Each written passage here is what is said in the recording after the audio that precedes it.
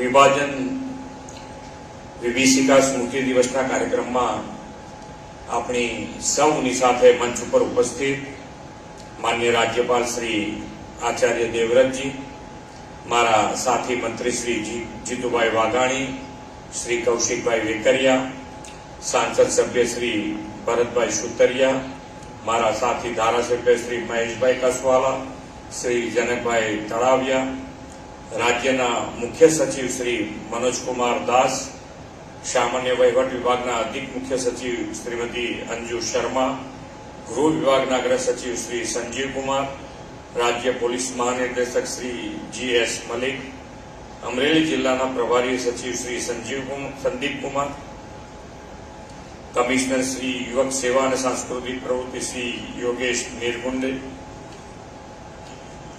અમરેલી જિલ્લા કલેક્ટર શ્રી વિકલ્પ ભારદ્વાજ, જિલ્લા વિકાસ અધિકારી શ્રી HJ પ્રજાપતિ, આમંત્રિત સર્વે મહાનુભાવો, પ્રેસ મીડિયાના મિત્રો, સૌને મારા નમસ્કાર.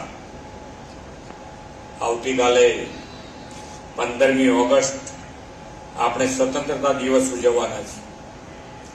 1947ની 15 ઓગસ્ટે મળેલી એ મહામૂલ્ય આઝાદીના 79 વર્ષ પૂરા કરીને 80મા વર્ષમાં આપણે પ્રવેશ કરીશું. દર વર્ષે 15મી ઓગસ્ટે સૌ દેશવાસીઓ આઝાદીનો ઉત્સવ ખૂબ જ આનંદ અને ગૌરવ સાથે ઉજવે છે, પરંતુ આઝાદીના ઉમંગ, ઉત્સાહ અને ઉલ્લાસ પાછળ એક એવું દર્દ છુપાયેલું છે તે દેશ ક્યારેય ભૂલી શકે તેમ નથી. 1947માં 15મી ઓગસ્ટની સવારે ભારતમાં આઝાદીનો નવો સૂરજ ઉગ્યો. તેના બરાબર એક દિવસ પહેલા દેશનું વિભાજન થયું હતું. 14મી ઓગસ્ટ 1947નો એ દિવસ ભારતના ઇતિહાસનો અત્યંત કરુણ દિવસ છે. તે દિવસે માત્ર જમીનના ટુકડા નહોતા થયા, પણ લાખો પરિવારો વિખેરાઈ ગયા હતા.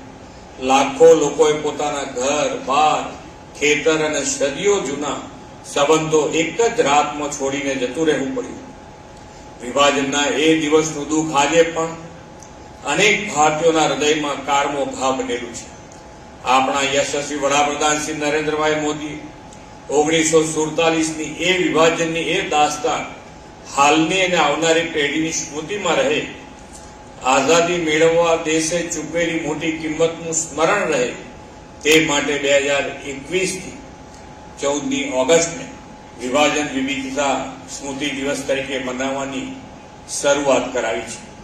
આપને કલ્પના પણ ન કરી શકીએ કે વિભાજનની એ વેળાએ લોકો કઈ પરિસ્થિતિમાં પોતાનું બધું જ છોડીને એક જ દિવસમાં શરણાર્થી બની ગયા હશે. કોઈ જમીનદાર, કોઈ જાગીરદાર, કોઈ વેપારી, કોઈ શિક્ષક, અને એક જ દિવસમાં તેમની ઓળખ શરણાર્થીની થઈ ગઈ. એ સમયે થયેલી હિંસા અને અત્યાચારમાં કેટલાય નિર્દોષ લોકોએ પોતાના જીવ ગુમાવ્યા અને કેટલાય પરિવારો વિખરાઈ ગયા. આઝાદી મળ્યા પછીના વર્ષોમાં આપણે આવા પીડિતો અને શહીદોના બલિદાન અને વિરાસતની ગાથાને ખૂબ ઝડપથી ભૂલી ગયા છે. આદરણીય વડાપ્રધાનશ્રીએ ઇતિહાસ અને વિરાસતનું ગૌરવ કરવાની પરંપરા દેશમાં ઊભી કરી છે. જે સમાજ પોતાના ઇતિહાસનો ત્યાગ અને બલિદાનને ભૂલી જાય છે તે ક્યારેય મજબૂત રાષ્ટ્ર કે સમાજ બનતો નથી. આપણે જે પ્રકારે સ્વતંત્રતાના વીરોને યાદ કરીએ છીએ, તે જ રીતે વિભાજન વિભીષિકાના દિવસે વિભાજનનો ભોગ બનેલાને શ્રદ્ધાંજલિ આપવાનો પણ અવસર છે.